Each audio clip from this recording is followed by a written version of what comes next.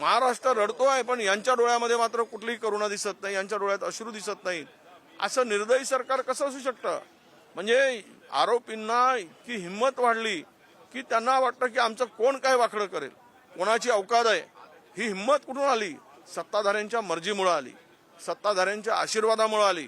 अहो, देवेंद्रजींना आमचं आव्हान आहे, आता इतकी इज्जत घालवू नका पुढे काय महाराष्ट्राची. तुम्हाला प्रचंड बहुमत आहे, अशा मंत्र्याला लात मारून काढा. जे आरोपी आहेत त्यांना फटके इतके मारले पाहिजे की मरस्तोवर पुन्हा महाराष्ट्रात कोणी ही हिंमतच करता कामा नये अशा प्रकारचा निर्दयीपणा करायची. आणि त्यांना सार्वजनिक चौकात आणून फाशी द्या. त्यांच्या तोंडावर काही झाकू नका, उघडं करून महाराष्ट्राला बघू द्या.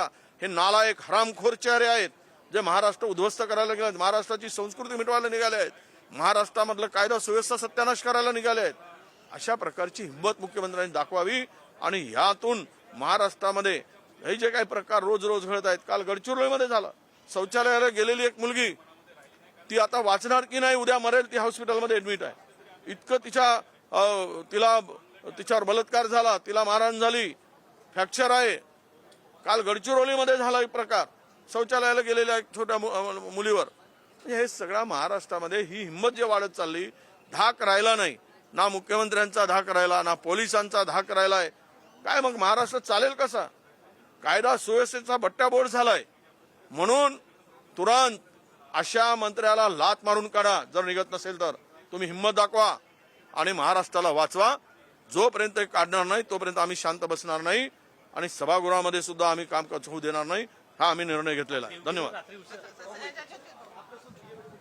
संकल्पीय अधिवेशनाचा आजचा दुसरा दिवस आणि विजय वडेट्टीवार पोडियमवर बोलत होते. या अगोदर सुद्धा अंजली दमानी यांची पत्रकार परिषद झाल्यानंतर रोहित पवार सुद्धा पोडियमवर बोलत होते. जो ह्या धनंजय मुंडेंना जोपर्यंत काढणार नाही तोपर्यंत आम्ही शांत बसणार. इतर नेत्यांचं काय? माणिकराव कोकाटेंच्या बाबतीत पण आम्ही सगळ्यांचे, ते दोनही मंत्र्यांचे राजीनामे मागतो.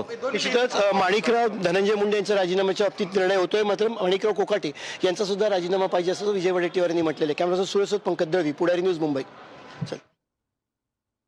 विजय वडेट्टीवार यांच्याशी केलेली आमच्या प्रतिनिधींनी बातचीत आपण पाहिली नुकतीच. आणि काही वेळापूर्वी सुरेश धस यांनी सुद्धा राजीनाम्यासंदर्भात भाष्य केलं, माध्यमांना प्रतिक्रिया दिल्याचं आपण पाहिलं. सगळ्यात मोठा दावा रोहित पवार यांनी पोडियमवर बोलताना केला. काही वेळापूर्वी त्यांनी असं म्हटलं की चार्जशीटमध्ये जे फोटो आणि व्हिडिओ आलेले आहेत ते 2 महिन्यांपूर्वी उपमुख्यमंत्री आणि मुख्यमंत्र्यांना भेटले होते, मात्र तरी सुद्धा ते माध्यमांना दिले नाहीत, असा सुद्धा त्यांनी मोठा दावा रोहित पवार यांनी केलाय.